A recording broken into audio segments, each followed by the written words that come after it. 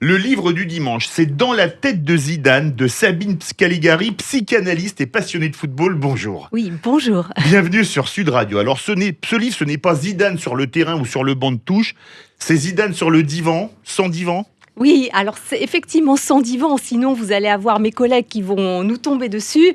Si je psychanalysais Zidane, non seulement j'aurais pas le droit d'en parler, mais c'est d'un autre ordre. Bien Là, sûr. c'est plutôt un profilage de Zidane. C'est une enquête psychanalytique, c'est un portrait intérieur, on sonde son âme.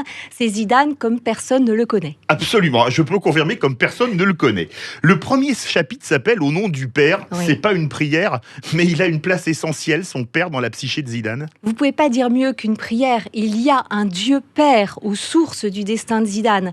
Et c'est tout un pan du drame de Zidane. C'est que ce père, cet excellent père que Zidane adore, il a aussi extrêmement peur de le décevoir au point d'avoir construit un mur de silence autour de lui, au point que ses décisions dépendent de l'image qu'il veut donner à son père, de sa quête de fierté. Donc c'est un Dieu Père qui préside au destin de Zidane. Alors, il y a un père, il y a aussi une mère, je montre, c'est un excellent bouquin. Les second et troisième chapitres se rejoignent.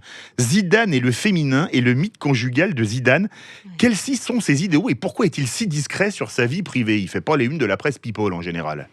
Zidane est divisé entre un idéal de couple. Chez Zidane, tout est absolu. Il croit à l'amour, il croit à l'éternité, il s'engage pleinement dans tout ce qu'il fait. Quand on écoute son discours, il dit c'est tout pour moi, il dit pour la vie. Enfin, c'est ça aussi un décryptage psychanalytique, c'est qu'on écoute les mots, on déchiffre le code Zidane.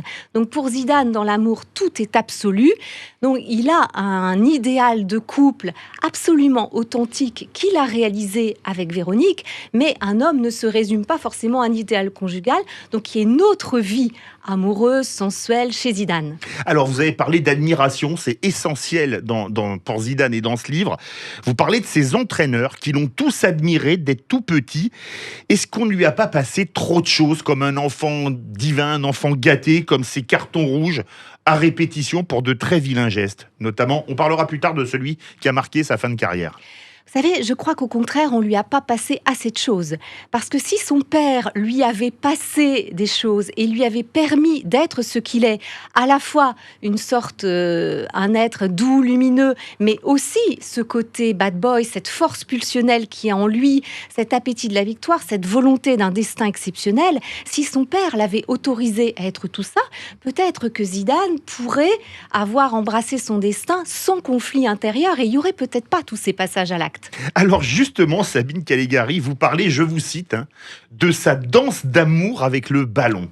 La psychanalyse, c'est dans la tête, mais la danse d'amour avec le ballon, et pour moi, il y a un truc qui restera sur Zidane, c'est ses contrôles, qui étaient absolument fabuleux, que ce soit de la poitrine, du genou, du pied, de n'importe quelle partie du corps. Mais là, c'est pas que dans la tête, c'est aussi technique. Alors, c'est devenu technique, mais ça part de la tête. Pour moi, le football de Zidane, c'est d'abord son âme. C'est son goût pour la beauté, et son goût pour la beauté, on le retrouve dans tous les registres de sa vie. Il dit c'est beau à propos de tout, de son couple, de la Coupe du Monde, de l'ensemble de sa vie. Donc, ça part de son âme, cette quête de la beauté, et l'amour, ça part de son cœur. Il dit toujours, c'est dans mon cœur. Il dit le Real Madrid, je l'ai dans mon cœur. Il parle de son amour fou pour le ballon, donc ça vient du haut et ça descend vers les pieds. C'est vrai qu'il a eu une fidélité en club, il a fait que 4 clubs, il a fait Cannes, Oui, Bordeaux, Juventus Turin et Real Madrid. Oui. C'est peu, aujourd'hui il y a des joueurs qui font 15 clubs dans une carrière. Zidane cherche de l'amour, il vibre sur la fréquence de l'amour, donc dans ces clubs, il a chaque fois rencontré des pères, ces pères spirituels qui, à mon sens, leur ont donné ce que ne lui a pas donné son propre père. C'est-à-dire cette admiration, cette reconnaissance de l'être d'exception qu'il est, et dans chacun des clubs, ce qu'on peut remarquer, c'est qu'il a rencontré Jean Varro à Cannes, Roland Courbis à Bordeaux, Lippi à la Juventus. à la Juve, et Florentino Pérez, qui est Président là, pas entraîneur. Là, le président, puis d'ailleurs qui a eu le pouvoir de prolonger son destin. Oui, maintenant il est entraîneur. Alors oui. justement, on apprend des anecdotes incroyables. Il a refusé un dîner avec le roi d'Espagne et Bouteflika, le président algérien, en disant « Je suis français ».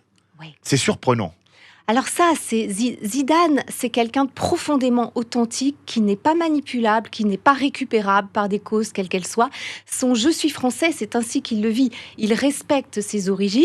Pour lui, c'est un respect à son père. Et quand il dit "je suis français" dans cette situation-là, ça veut dire deux choses. Ça veut dire je ne suis pas... l'Algérie, c'est la patrie de mes pères. Moi, je suis français. Et surtout, je ne suis pas espagnol. C'est-à-dire être à côté du roi d'Espagne. Peut-être aurait-il dit oui aux côtés du président de la République française. Alors justement, l'histoire en Coupe du Monde de Zidane, c'est finalement 2 coups de tête gagnants en 98 et un coup de tête perdant en 2006. Est-ce que pour vous, comment vous expliquez ce geste, vous, en tant que psychanalyste? Le coup de boule dans le thorax de Materazzi. Il faut la psychanalyse pour expliquer ce geste, parce que ça n'est pas une histoire de football. D'ailleurs, personne n'y croit.